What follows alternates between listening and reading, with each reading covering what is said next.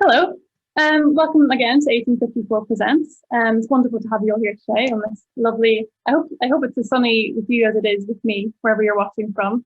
I'm Zoe Harrison, I'm a creative producer here at 1854 Media, and I'm delighted today to introduce the wonderful Giya Makondo-Wills. Hello. Hi.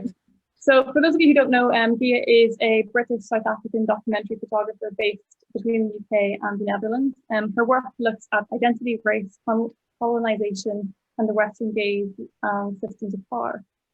She's a co-founder of On Form, an educational partnership that discusses race and class in relation to photography.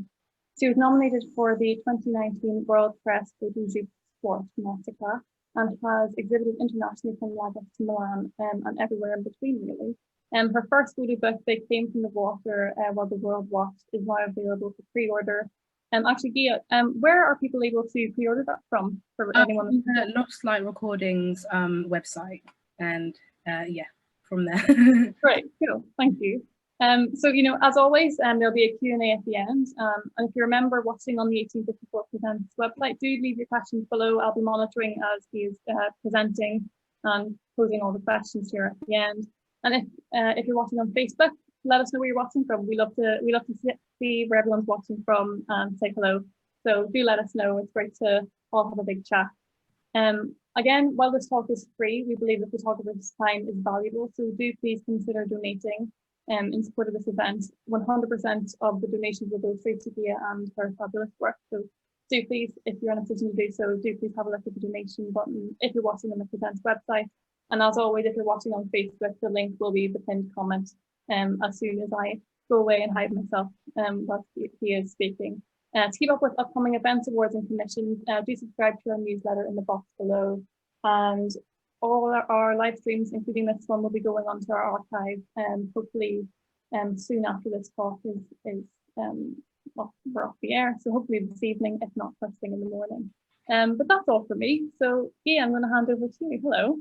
Hi. Thank you very much, Zoe. Right, I'm just going to share my screen. Hello to everyone watching. I cannot see you, and also can't see the presentation now.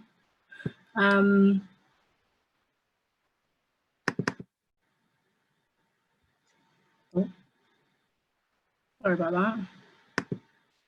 We have a bit of a technical error. You all right, Giya? Yeah, it was up and it's disappeared. There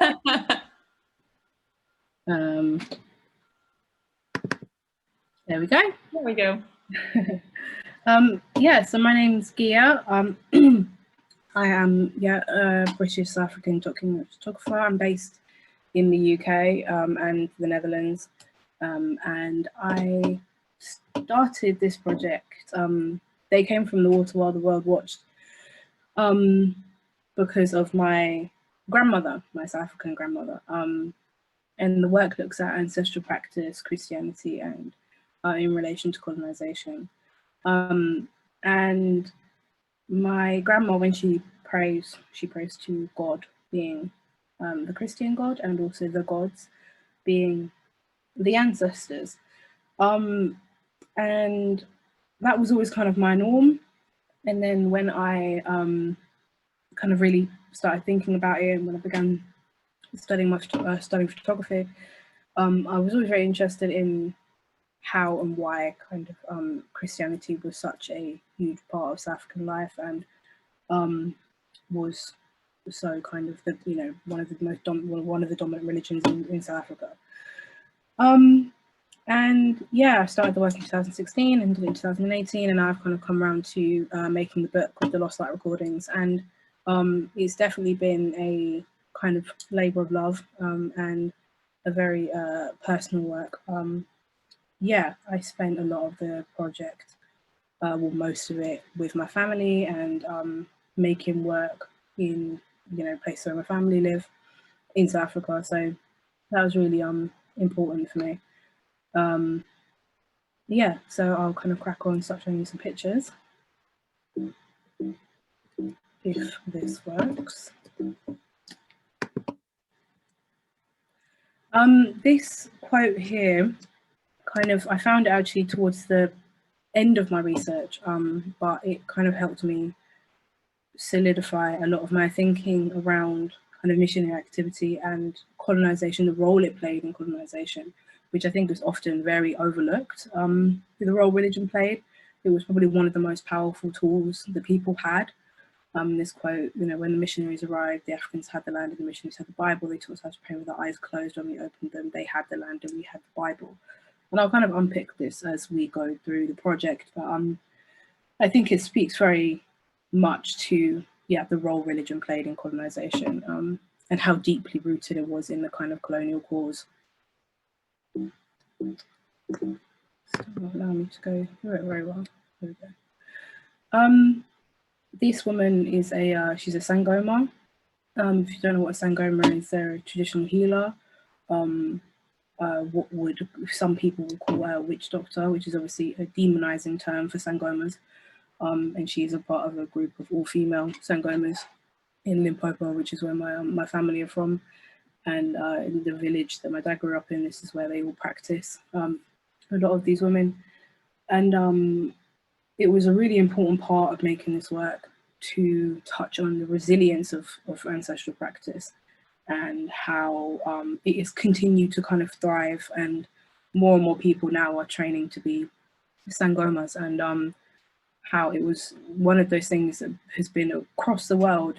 Ancestral practice has been heavily demonized, and kind of turned into this very like seemingly dark and scary, demonic kind of practice, when actually it is one of, you know, it is just purely praising the ancestors in many aspects. Obviously not everyone is the same, but I think that I really wanted to show that there's such a you know, wealth and variation in the amount of people that Sangomas and traditional healers. Obviously the images I'm showing you here are not all of the images in the book, but it's a selection of them.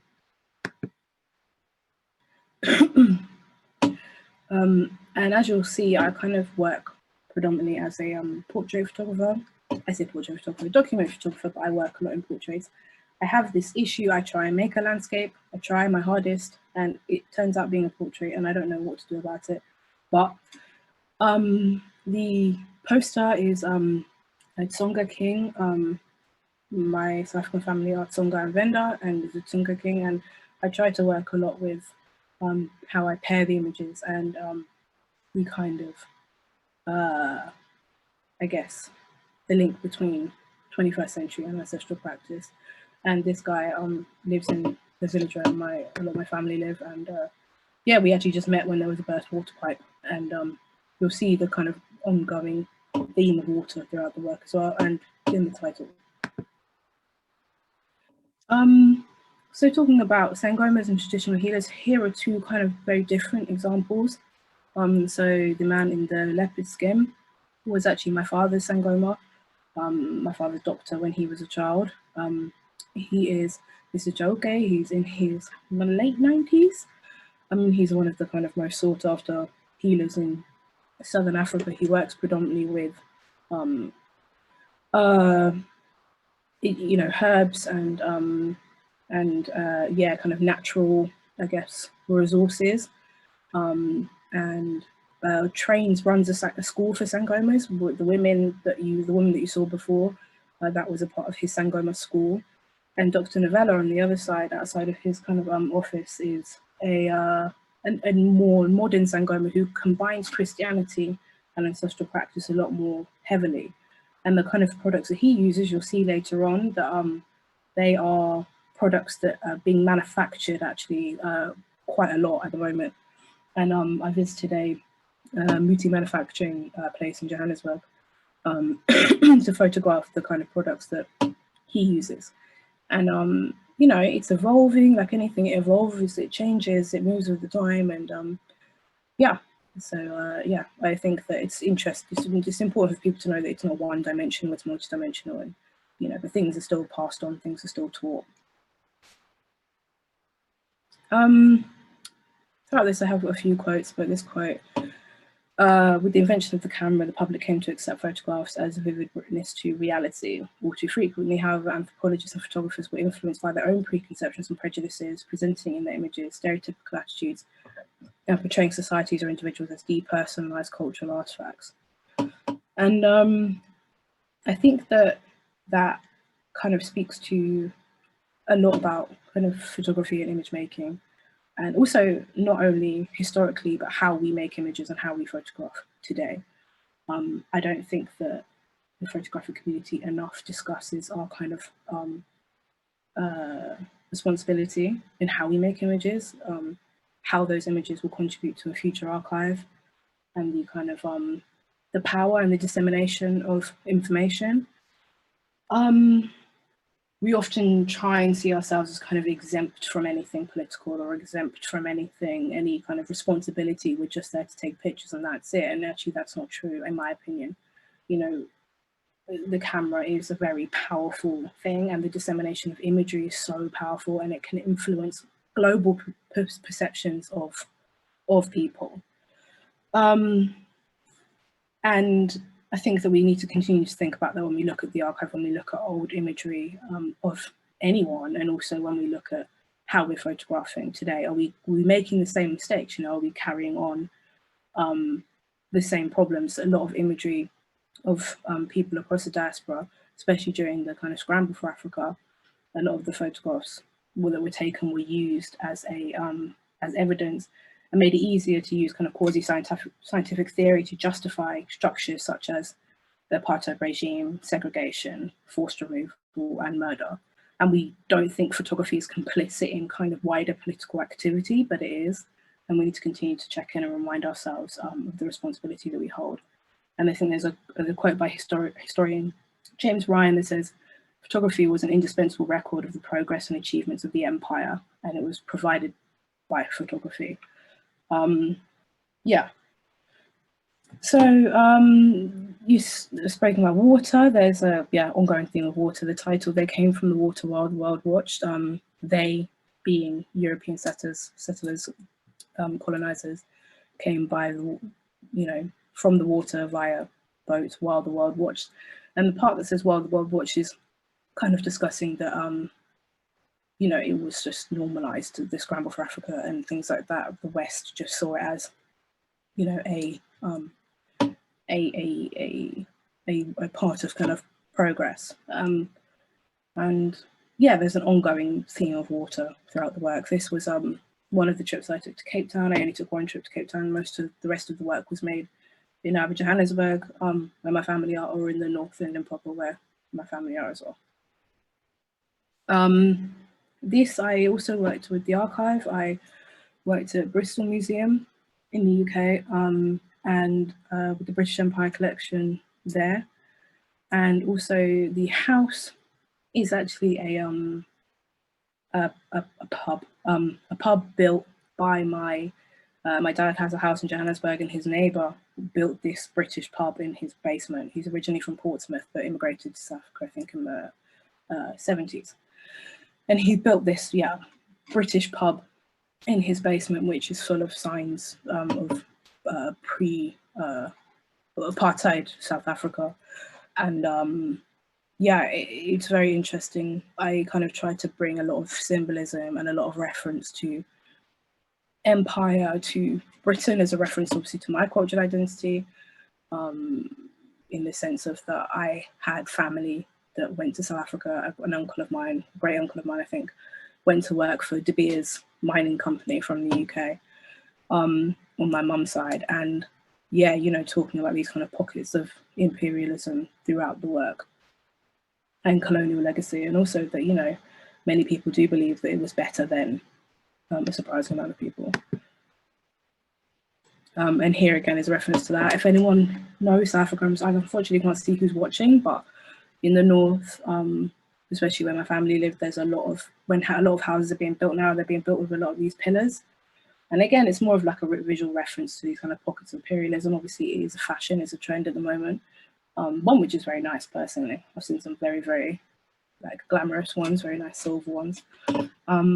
But yeah, I've tried to kind of pair and look at how the images work together and what their meaning is behind them. And this river was a river that my dad used to swim in.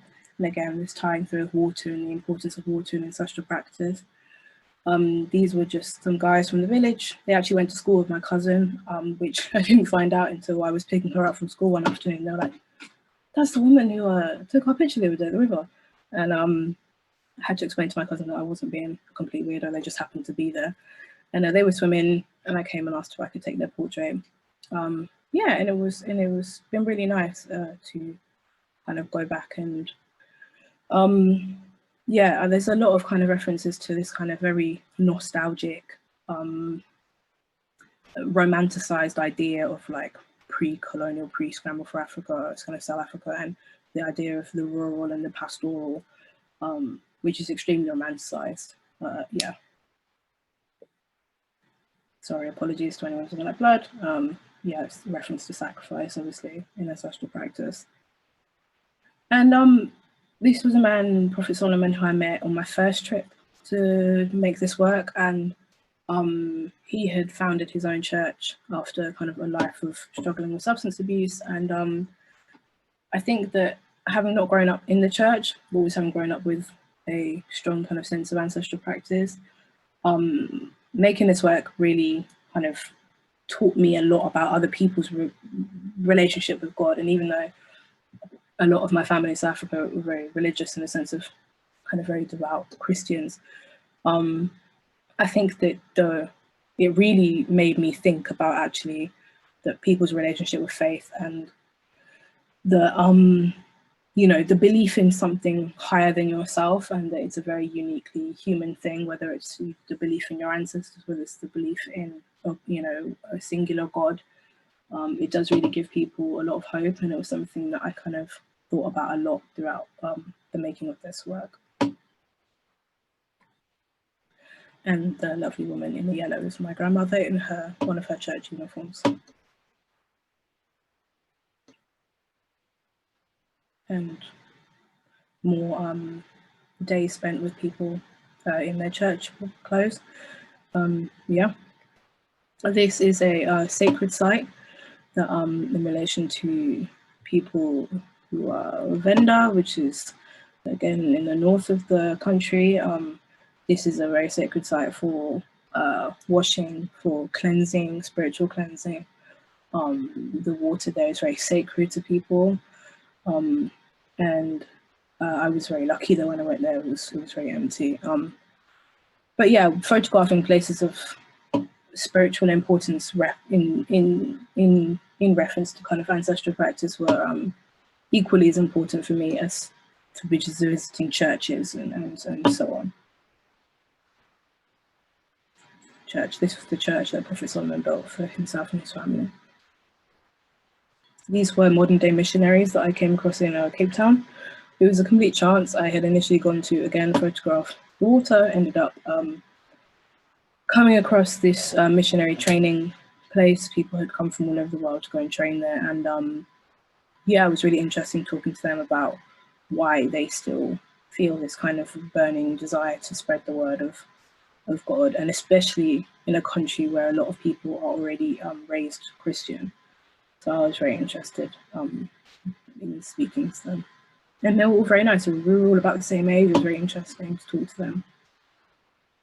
Again, church. This is in the township my grandma lives in, and yeah, looking at the people just around about on a Sunday, and you know, to and from church. And this woman was very fly, and I loved her nails, and I loved her whole fit. She, top to bottom, looked incredible.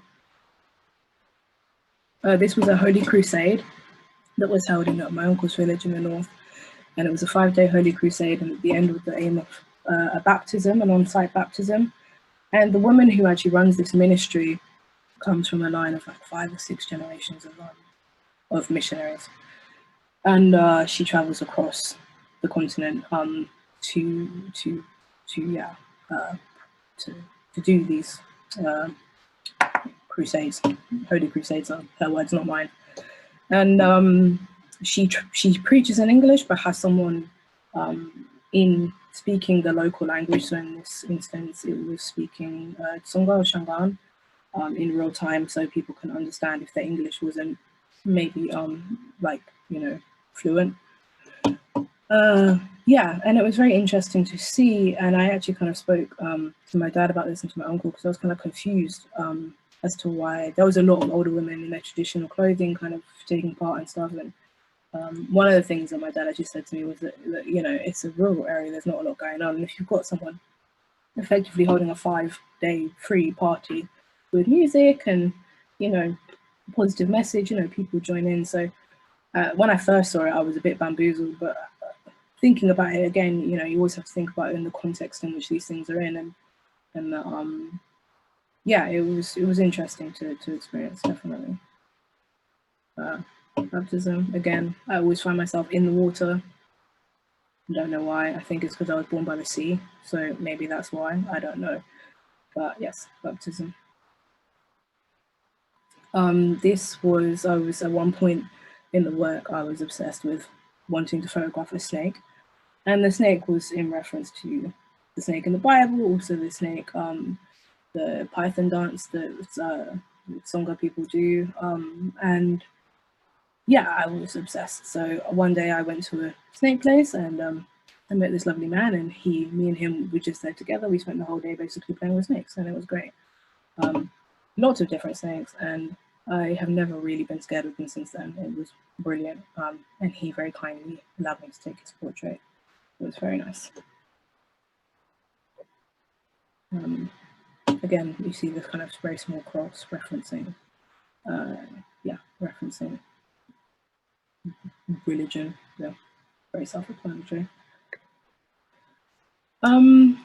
This quote, in the context of post-colonialism, it is apparent that the photographic archive also represents a form of collective colonial memory. And I think this is very important to think about in relation to not only how we make images now, but also how we look at imagery, of course, and readdressing the archive, reworking the archive, constantly reevaluating it and kind of taking it out of the context in which it was made, thinking about how we can see these images or artifacts through our eyes now.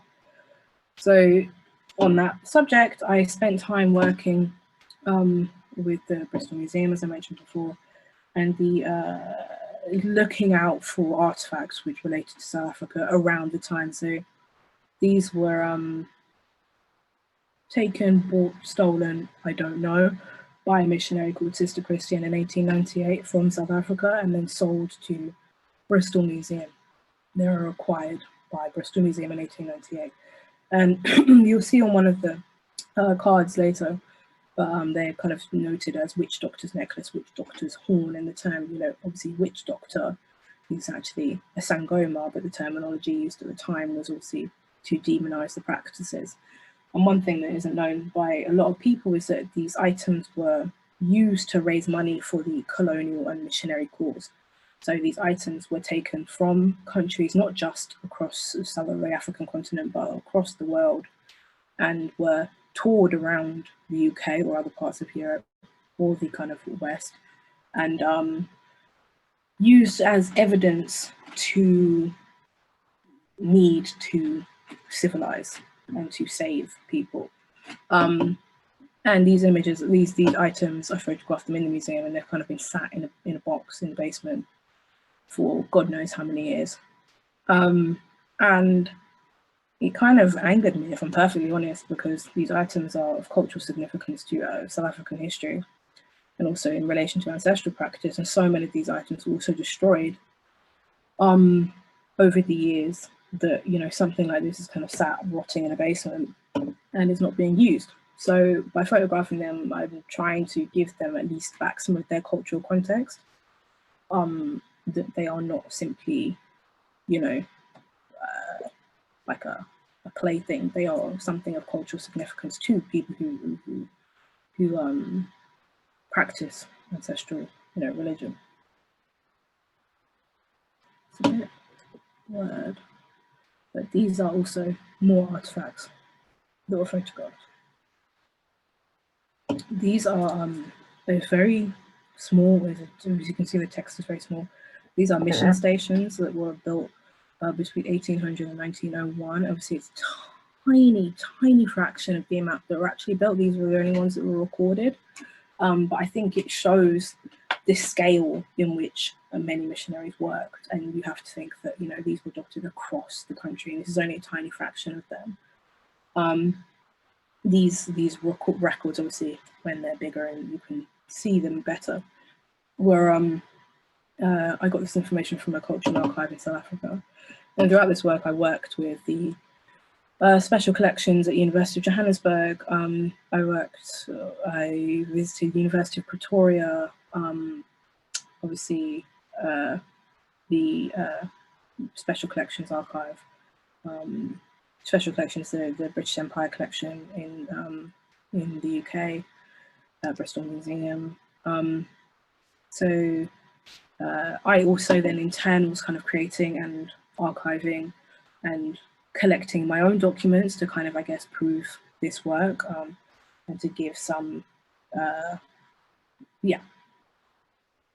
guess, cultural, again, cultural context. So these are items from the Traditional Healers Association. And yeah, these show that they are, items that people have to have. These are stills from British Empire collection. And here is the card that I was saying. It says at the top, classification, witch doctor's horn. I don't know if you can see it, but it also says at the bottom, how acquired Sister Christie in 1898. And there's a description of the item as well. And I collected things like this, which is for airtime, like minutes, data, and it has here like daily scripture and prayer. So I was collecting my own kind of things that relate to to Christianity, to the religious, I guess, feeling in South Africa. These posters, a lot of flyers that I would kind of pick up walking around, just in Johannesburg, or as far as getting a taxi with my grandma, or just being about. I'd pick them up, or they'd be given to me, or whatever. And again, they're to show that these are not purely what ancestral practices. These are not what Sangomas are in only. Like Mr. Joke earlier, different people, the women right at the beginning, different people practice very differently. Obviously, wherever there's an industry, people are going to want to make money, and also people are going to want to prey on people's insecurities. But it's not solely this. This is not what ancestral practice is in its only form. There are more images. More during the Holy Crusade. It's a bit blurred, but this was in my uncle and auntie's church. It was just a exorcism, a moment of possession. And it happens very often. It's not something out of the ordinary. She wasn't performing or anything. I went to the church a lot, at least twice before I took my camera. I'd been to the village before, but obviously not as a photographer. And I wanted to go to church without having my camera there. I don't just want to be like snap, snap, snap and kind of leave. And then I think this was on a different trip. And then, take some pictures, getting a kind of feel for it. And I wanted to show the kind of very deep spiritual moment that people have in church as well. This is what I was talking about earlier when I was talking about the new ways that people maybe some new Sangomas, not all, but maybe some could potentially buy from manufacturers like this one. They were very kind and they let me walk around their factory and pick up everything. I photographed it in their studio and studio office, and I made a kind of makeshift studio with paper. And they sold items also related to Christianity. They also sold holy water, rose water, sea water for blessings, but also items that related to ancestral practice in like a new, with a new twist. So to appeal to the new generation of Sangomas, people maybe they want, you know, packaged or prepared things rather than raw ingredients. So just appealing to a different market. And this bit was something that I kind of came across when I was at the University of Pretoria, and I was visiting a professor there who spoke about the colonization of the consciousness, and there was a really cool part of the I guess missionary kind of agenda was the dismantling of like the circular house and the more circular way of living, communal way of living, to like the rectangular home with four walls, the glass window, the door with a shutter, with a lock, the kind of introduction of more like the Western, the Roman time system, and the introduction of the 9 to 5, not a kind of more, I guess, way of living when you're moving with the hours of the day and the light and the seasons, but the 9 to 5, introduction of also the nuclear family, the Western currency, clothing, and the dismantling of kind of ancestral indigenous way of living, and how that enabled for a more heavily implementation of the Western ideology, and therefore helped contribute to colonization. And so this image is kind of a play on this idea of the mind, the colonization of consciousness, but is actually just a deliverance by a pastor and a young girl who again went to school with my cousin. It was a very, you know, normal situation.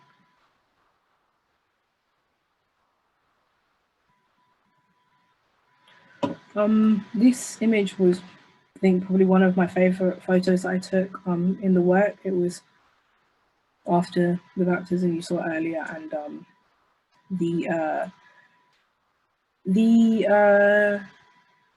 it was just a group photo. I was meant to give, you know, to give them a group photo because they didn't have a picture together, and I ended up, yeah, taking this picture. Everyone kind of assembled themselves, and it was very natural and it was very nice. And afterwards, we went back to my uncle's house. We had some food, some drinks, and then, yeah, then we went on to this work was exhibited. This image itself was exhibited in Paris at the Cultural Institute of Islam in March, and I think it's touring France at the moment. And also any donations made throughout this talk will be given to all of the people that have helped me throughout the work. I will try and distribute it. If anyone has donated, I'll try and distribute it as evenly as I can, because this work was impossible without the help of my family and without the help of people that are going to give me their time. And also at the moment, especially with coronavirus and COVID, people in South Africa, a lot of people are suffering a lot.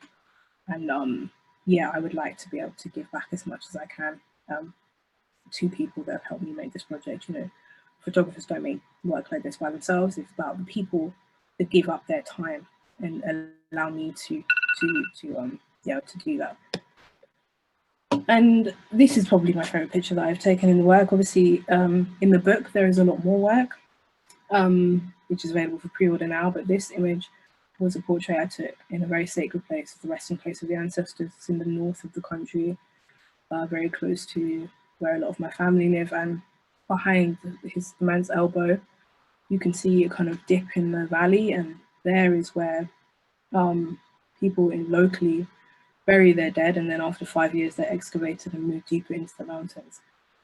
And it's a very sacred place. It's not accessible by car, it's only accessible by foot. It's very like quiet. It's an incredibly beautiful place, and one of the most beautiful places I think I've ever been. And after I took this picture, I dropped my camera in the water, and my uncle said to me, "That's the ancestors talking to you. That's telling you, that's their sign to you that you shouldn't take any more pictures here, that you've taken enough. It's not a place that has been photographed like that before." And you know, it's a really special picture for me for that. Thankfully my camera didn't break. But it really also said to me a lot about how I would like to make work, and how I do make work, and that, you know, even though I do have other images of this place, sometimes, you know, we don't have to show everything of everywhere, and actually some people should be able to live in peace, kind of I guess, without, you know, without us or me or the West showing everything, you know, people should be able to have a choice in yeah, everywhere, having their right to privacy, basically. Yeah, so thank you very much for listening to me. The book is available for pre-order from the Lost Light Recordings website, and you can follow me on Instagram at Giya and Wills, and you can also visit my website, which is www.giyamakondo-wills.com. And yeah, thank you for listening, and I think we're going to talk a bit more now. Thank you so much, Giya. That was fantastic. You're welcome. So incredibly interesting. Shall we leave that screen up for a little bit longer? If anyone's watching, send in your questions. We're going to go through a few to start off with, but if you've got any, which I'm sure you all do off the top of your heads, do send them in, and we'll go through them as we are going along. But there as many as we can.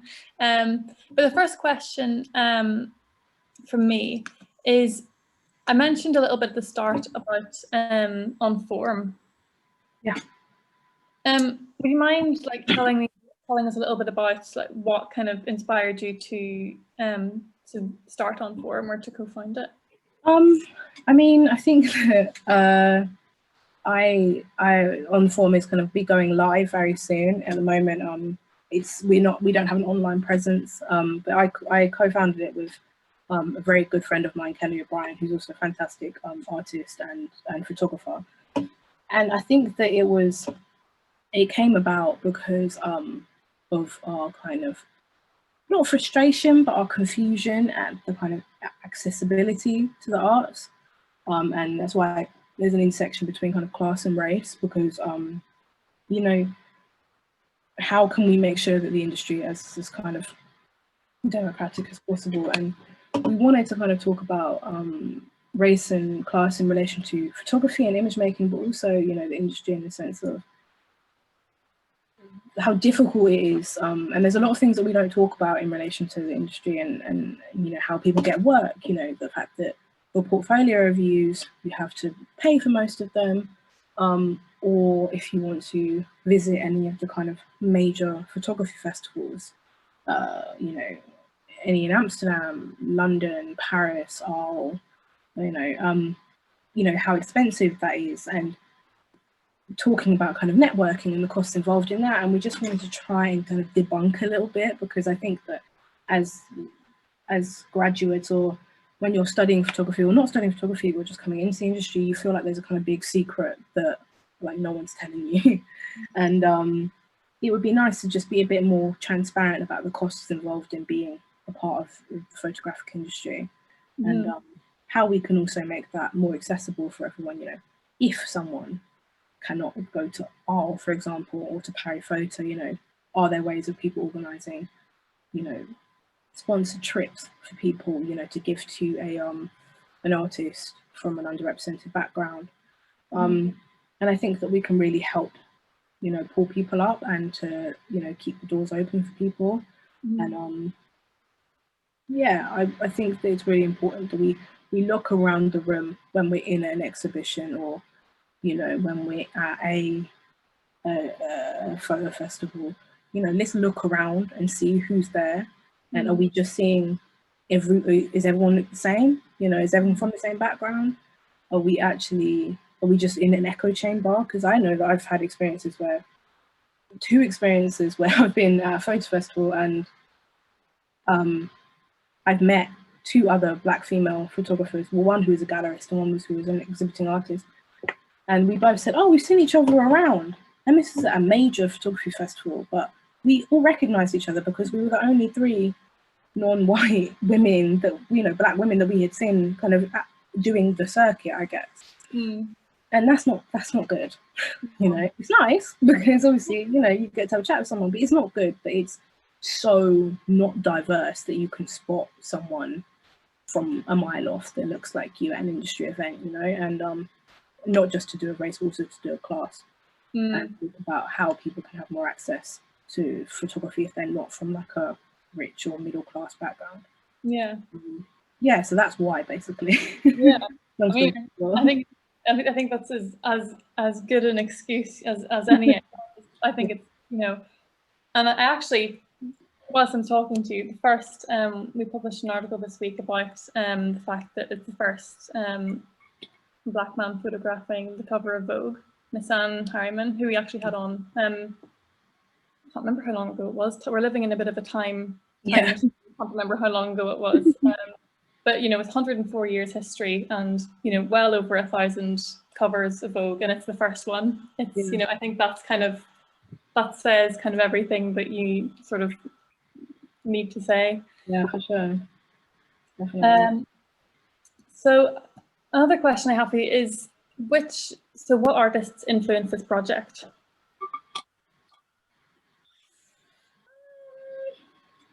Or what general, maybe not artists, but kind of what were you, maybe not specifically art, but what kind of, is there anything other than your family inspired this project, or was it just solely your family, like, and seeing your family and seeing these people and seeing South Africa? Yeah, I think that was it really. I know it sounds really silly. You know, it was weird because it started because I had an assignment from uni that was you know, something else, and the first project was I was photographing my grandma. So my grandma here in the UK and my grandma in South Africa, and I kind of photographed my grandma in South Africa and then piggybacked off that into this other project. Yeah. But yeah, I think it was mainly just because it was something that I was always interested in. I never quite knew how to articulate, and I think that's the great thing about photography, that it gave me the tool to be able to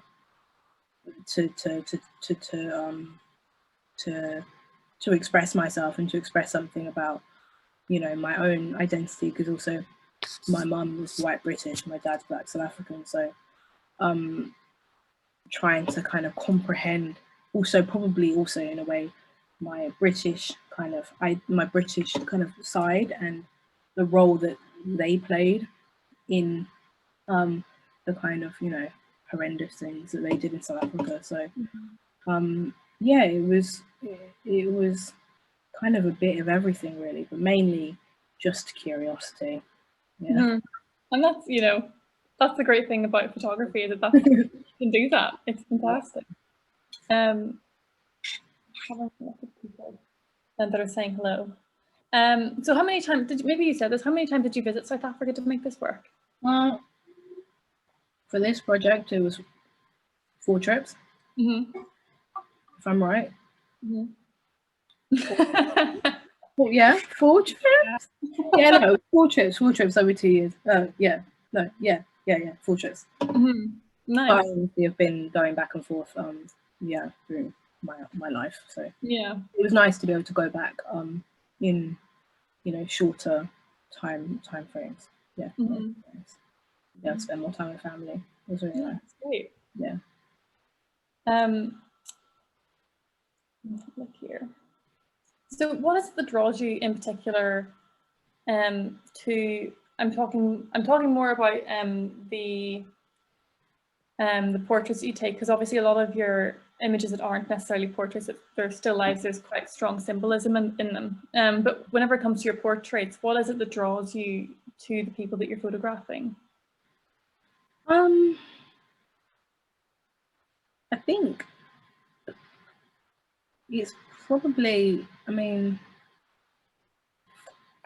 as a general rule of thumb, I think making the work, there was always most of the time a reason for me photographing them, whether it was because of their church uniform or because it was like in church, or like a baptism or something like that. But I think also it's mainly, I think, also just having like a connection with someone and having a chat with someone.